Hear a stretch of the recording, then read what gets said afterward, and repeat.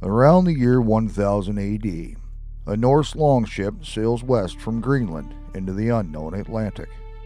On board, 35 men led by Leif Erikson, son of Erik the Red. They discover barren rocks, dense forests, and finally a fertile paradise bursting with wild grapes and salmon-filled rivers. Leif names it Vinland.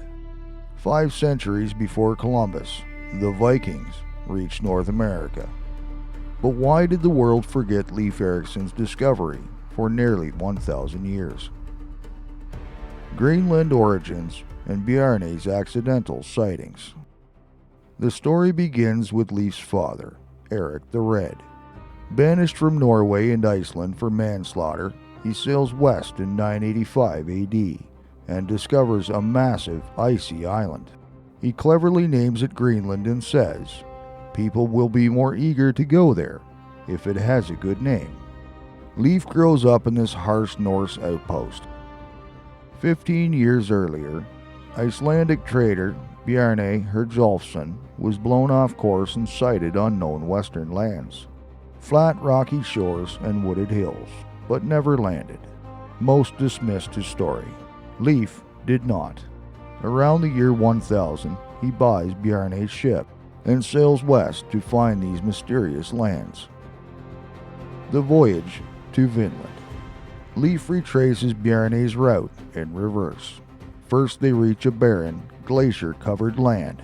Leif calls it Helluland, land of flat stones, likely Baffin Island.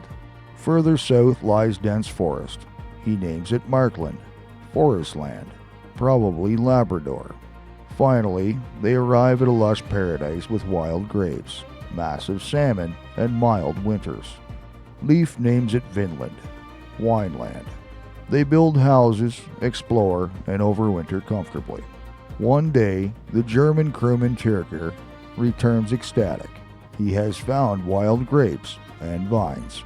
In spring, they load the ship with timber and grapes, then sail home. Leif earns the nickname Leif the Lucky. Later expeditions and the war with the Skrælings. Leif never returns to Vinland, but his siblings try to colonize it. His brother, Thorvald, explores further, but is killed by a native arrow, the first known European death in America. Then, Thorfinn Kelsefni leads a much larger expedition, 160 settlers with livestock, hoping to create a permanent colony.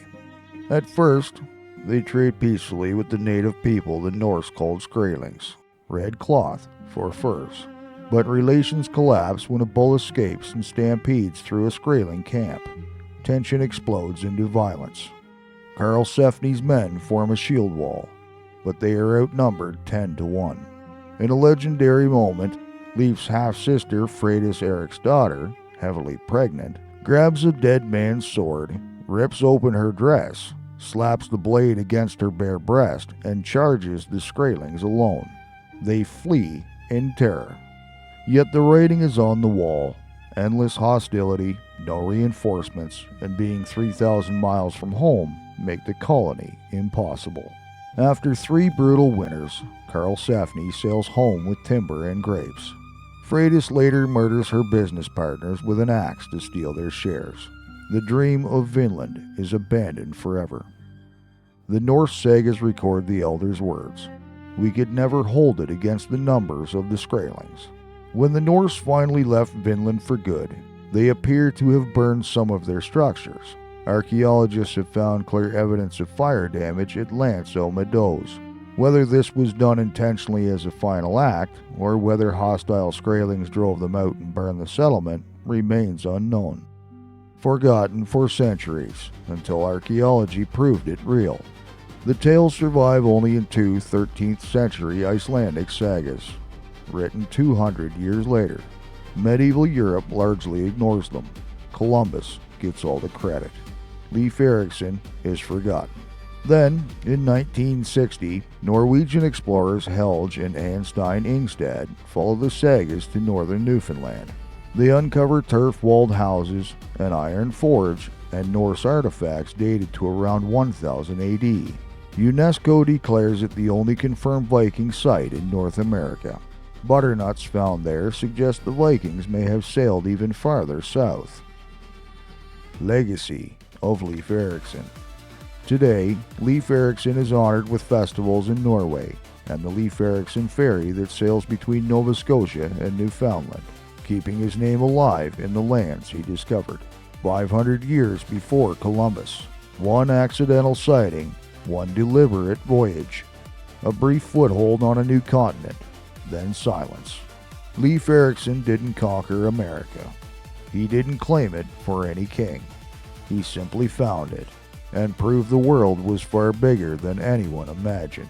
The Vikings beat Europe to the New World, and the world forgot, until the ground itself gave up the truth. If you love forgotten explorers who changed history, hit subscribe.